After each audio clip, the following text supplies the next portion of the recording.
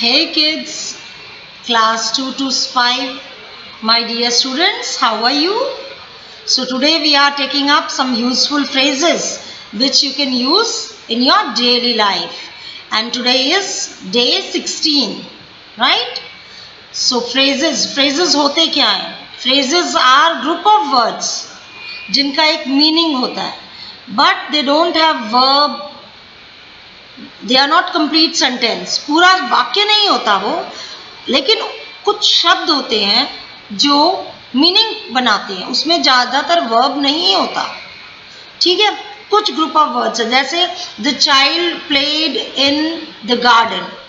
तो the child played in the garden is complete sentence. ये एक वाक्य है पूरा जिसमें हमें अपनी बात समझ में आ रही है. और इन द गार्डन इसमें क्या है? फ्रेज है, ग्रुप ऑफ वर्ड है, अपना मतलब है, लेकिन वो कंप्लीट सेंटेंस नहीं होता, उसमें वर्ब नहीं होता. Right children? So this is the difference between phrase and sentence. तो हम कुछ फ्रेजेस ले रहे हैं, ग्रुप ऑफ वर्ड्स ले रहे हैं जिनका मीनिंग है पर वो कंप्लीट सेंटेंस नहीं है, वर्ब नहीं है, उसमें पूरा मतलब नहीं है, लेकिन उन शब्दों का जरूर मतलब है. अब ग्रुप ऑफ वर्ड्स भी जिनका मीनिंग हो वही फ्रेज होते हैं. ऐसे नहीं कम, गो, टू, यू. आप कहोगे ये चार भी तो ग्रुप ऑफ वर्ड्स है, but they don't have any meaning. Right children?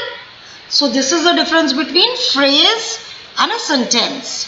अब पहला फ्रेज जो हम ले रहे हैं बेटा, एट लीस्ट. मैंने हिंदी में भी मतलब दिया है so that you should know where to use.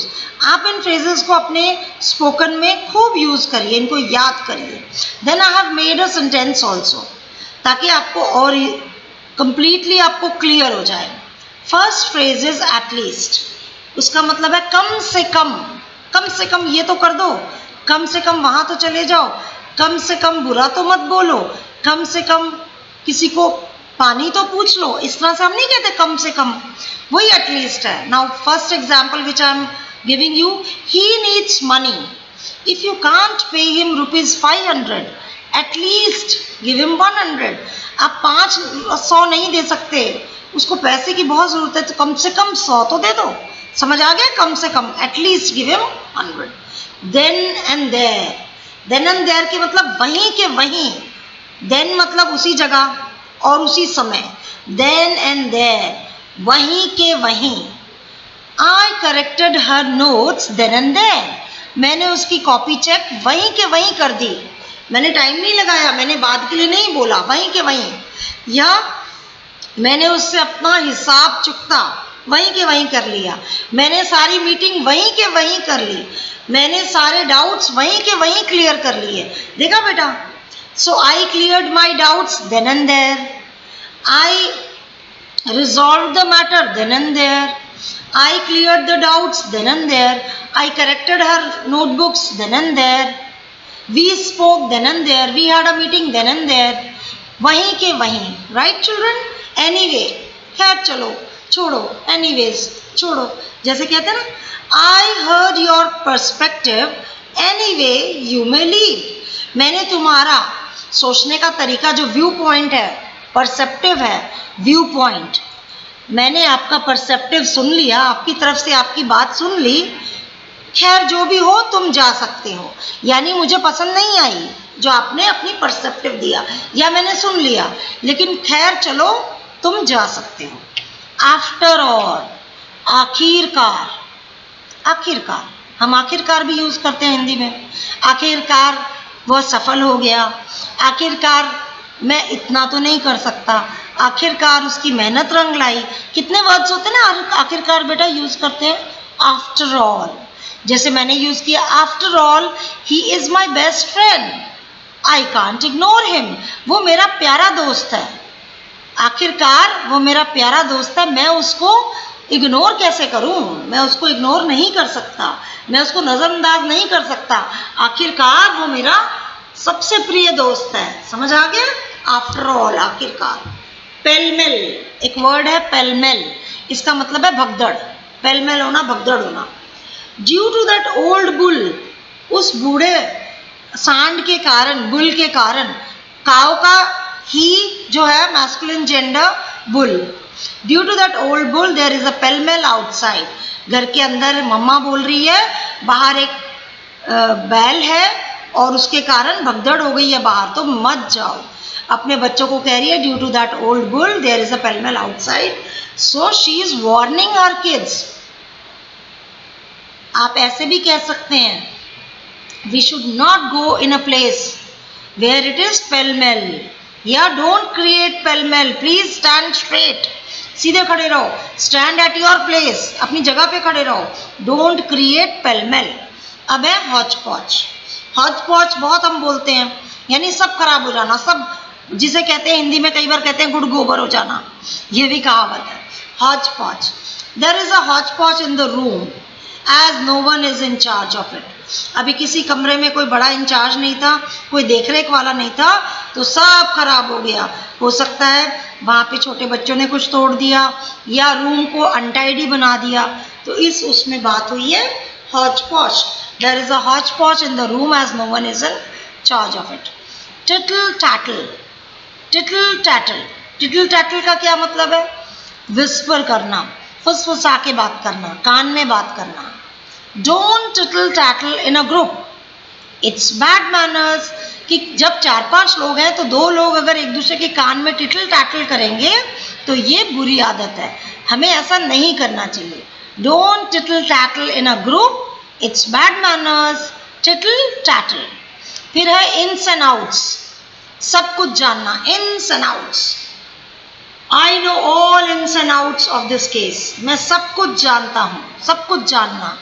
जैसे अगर आपको किसी कोई बात को पूरी तरह से आपको पता है, उसके अंदर की बात भी, एक्चुअल क्या दिख रहा है वो भी, उसके सीक्रेट्स भी पता है, तो you can use this phrase ins and outs. I know all ins and outs of this case, सब कुछ जानना। स्कॉर्चिंग हॉट, स्कॉर्चिंग हॉट, बहुत ज़्यादा गर्म होना, जलाने वाली गर्मी रखना, सूरज जब बहुत तेज होता है। So mother is saying don't go out, it's scorching hot outside, बहुत ज़्यादा गर्मी है बाहर, जला देने वाली गर्मी है। Sun is scorching, it is scorching sun outside, ये भी कह सकते हैं। ठीक है बेटा, scorching means very very very extremely hot. Haggle, next word is haggle, it's not a phrase, it's haggle is a word. Don't haggle here, it's a fixed price shop, यहाँ पे मोल भाव मत करो, मोल भाव करने को कहते हैं haggle. Don't haggle here, it's a fixed price shop, ये फिक्स्ड रेट वाली शॉप है, इसके रेट्स जो हैं, कॉस्ट जो है चीज़ों की वो फिक्स्ड है, इसलिए यहाँ मोल भाव मत करो। कहीं पे शोरूम में होता है ना बेटा कि शॉप्स में प्राइस फिक्स होता है, चाहे बच्चा लेने जाए, कोई बड़े जाए, तो it is always fixed, there is no bargain, जहाँ पे बार्गेन नहीं करते। Haggle is another word for bargain, right. Ups and downs, ups and downs means उतार चढ़ाव, ठीक है। Every once life has ups and downs, हर एक के लाइफ में कुछ अप्स एंड डाउन्स होते हैं। अप्स मतलब बेटा खुशियों को ले सकते हो आप, हैप्पीनेस, डाउन्स मतलब सैडनेस। अप्स मतलब प्रॉफिट, डाउन्स मतलब लॉस। अप्स मतलब some situation in which you are profitable, downs means problem. तो अप्स है अच्छा टाइम, डाउन्स मानेंगे बुरा टाइम। तो every life has, every once life has ups and downs. अब है नीडिंग डो, नीडिंग डो, के साइलेंट है देखो नीडिंग में, कनीडिंग नहीं है, ये नीडिंग है। मैं देखती हूँ कई बच्चे एक्टिविटी करते हैं पर वो पूरा मेरा वीडियो ध्यान से नहीं सुनते, सेम गलती हो जाती है उनसे। So my dear children, I want you all to listen to my videos at least twice, कम से कम 2 बार आपने सुनना है। देखो मैंने एटलीस्ट को यूज किया, at least twice. So it is kneading dough, duff भी नहीं है, डो, नीडिंग डो, के साइलेंट है। नीडिंग डो मतलब आटा गूंदना, गूंदना का मतलब नीडिंग होता है, डो गूंदे हुए आटे को कहते हैं। I am needing dough to prepare chapati, मैं आटा गूंद रही हूँ चपाती बनाने के लिए, टू प्रिपेयर चपाती। मैंने कहा था आपको फर्स्ट वीडियो में रोटी नहीं बोलो, आप चपाती बोलो, उसमें भी चेंज आएगा। So it is not bad कि रोटी बुरी है, roti word is also very very dear to us, पर हम नया लैंग्वेज सीख रहे हैं तो chapati. Then we have upstairs या डाउनस्टेयर्स। अपस्टेयर्स होता है सीढ़ियां चढ़ना या सीढ़ियों के ऊपर वाली जगह, डाउनस्टेयर्स होता है सीढ़ियां उतरना या नीचे। आप कह सकते हो देयर आर गेस्ट्स डाउनस्टेयर्स, यानी नीचे के हॉल में आप अगर फर्स्ट फ्लोर पे बैठे हो तो आप कह सकते हो देयर आर गेस्ट्स डाउनस्टेयर्स। या कोई गेस्ट आया है और आपको पापा के पास भेजना है, पापा ऊपर के कमरे में है, you can say please go upstairs. ठीक है, please go upstairs, please come downstairs. सीढ़ियां चढ़ना, सीढ़ियां उतरना। Doodle, then comes the word doodle. Doodle है एग्जैक्टली एक वर्ड जिसको हम यूज करते हैं कामचोर के लिए। कामचोर, कोई लोग होते हैं जिनको काम करने का मन नहीं है, वो बताते तो नहीं है पर वो काम आगे आगे खिसकाते रहते हैं या करके ही नहीं देते। ऐसे कई स्टूडेंट्स भी कर रहे हैं, मेरे पास कॉल आया है, मम्मा की बात ही नहीं मान रहे। मैं सबको कहूंगी कि you don't have to be doodle, no DPS student can be doodle, you all are so bright shining stars. आप काम करिए और आप डूडल कभी मत बनिए। Don't be a doodle, please do some work. ठीक है, don't be a doodle, you cannot be a doodle, my friends cannot be doodle, my students cannot be doodle. Okay, chop. Next word देखो, chop और slice को मैंने differentiate किया है। Chop होता है जब हम बारीक बारीक काटते हैं, चॉप करना। वेजिटेबल चॉप कर सकते हो, अनियन चॉप कर सकते हो, टोमेटोज चॉप कर सकते हो। स्लाइस होता है पतला पतला गोल गोल पीस काटना, गोल गोल जैसे स्लाइस, जैसे ब्रेड का स्लाइस होता है ना बेटा। लोफ कहते हैं ब्रेड के पूरे वाले जो रेक्टेंगल होता है आपके पास, उसको लोफ कहेंगे, टुकड़ा, बड़ा टुकड़ा। उसको लोफ को फिर हम स्लाइस में काटते हैं। ठीक है, तो मैंने सेंटेंस बनाया है चॉप अनियंस फॉर वेजिटेबल्स, सब्जी बनाने के लिए अनियन काट दो छोटा छोटा। स्लाइस अनियंस फॉर सैलेड, और सैलेड के लिए, सलाद के लिए अनियंस को, प्याज को स्लाइस कर दो, यानी गोल गोल काट दो। ठीक है, saute. Next word is saute. Saute मतलब भूनना, हल्का हल्का फ्राई करना। ठीक है, saute the onions light brown. जैसे आप कहते हैं मसाला बनाओ या तड़का भूनो, या आप दाल में तड़का लगाते हैं तो हम उसके समय दाल में तड़का लगाने के लिए अनियंस को क्या करते हैं, we saute the onions, we saute the onions, और we saute the vegetable pieces और एनीथिंग हम जो फ्राई करें थोड़ा थोड़ा तो वो सौते हैं, चाहे टमाटोज हो कुछ भी हो। Now the phrase is peels and pips, peels and pips. So peels and pips are छिलके और बीज। ठीक है, पील्स मतलब छिलके, अब चाहे वेजिटेबल के हो चाहे फ्रूट्स के हो। पील्स मतलब छिलके, पिप्स मतलब बीज। Remove peels and पिप्स of this fruit, इस फल के छिलके और बीज निकाल दो। रिमूव पील्स या peel the vegetable, peel tomato, peel potato, peel any vegetable. ठीक है, तो उसमें होता है छिलका उतारो। Peel can be used as noun, यहाँ पे नाउन है, पर हम जब कहते हैं पील दिस वेजिटेबल तो वर्ब है कि इसको छील दो।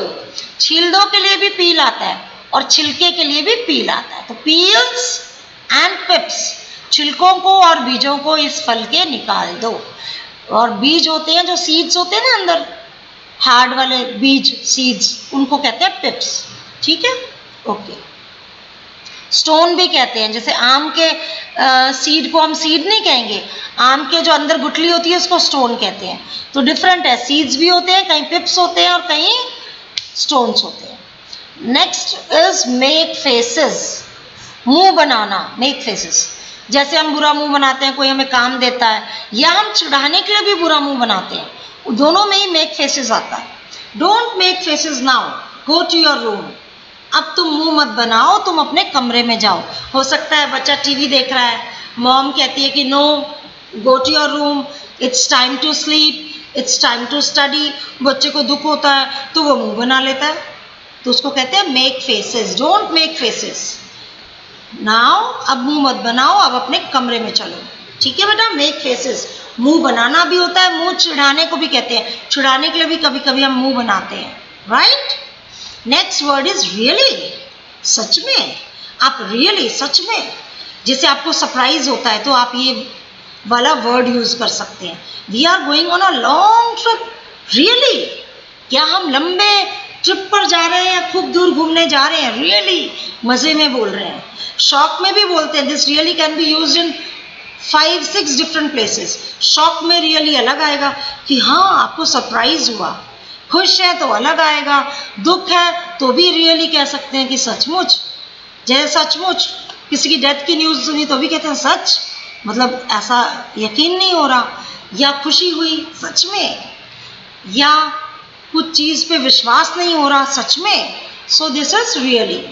The sooner the better, next phrase is sooner the better, जितनी जल्दी उतना अच्छा। Return my money the sooner the better, जितनी जल्दी लौटाओगे उतना ही अच्छा होगा, ठीक है। सो ये हमने सूनर पे और बेटर पे सेकेंड डिग्री लगाया है। सूनर और better, it is second degree, comparison है, कंपैरेटिव डिग्री है। Soon, sooner, soonest, good, better, best, तो सेकेंड डिग्री है तो सेकेंड डिग्री ही रहेगा। द सूनर द बेटर, जितनी जल्दी उतना अच्छा। माइंड योर ओन बिजनेस, अपने काम से काम रखो। माइंड योर ओन बिजनेस, ये एक फुल सेंटेंस भी है, फ्रेज भी यूज हो सकता है और सेंटेंस भी। डोंट डिस्टर्ब मी, मुझे तंग मत करो। माइंड योर ओन बिजनेस, तुम अपना काम जाके करो, काम से काम मतलब रखो। Don't disturb me, mind your own business. Business मतलब काम नहीं है जो काम करने जाते हैं पापा, बिजनेस मतलब अपने काम से काम रखो, अपना जो कर रहे हो करो, ठीक है बेटा। माइंड योर ओन बिजनेस, अपना काम करो, चलो मुझे तंग मत करो। Day in day out means continuously, लगातार, बहुत ज़्यादा, हर समय। Day in day out, continuously, लगातार, हर समय। He worked very hard, he work day in and day out, उसने बहुत ज़्यादा मेहनत की, उसने दिन रात मेहनत की, ठीक है, लगातार। Next word is flattery. Flattery, flattery होता है चापलूसी।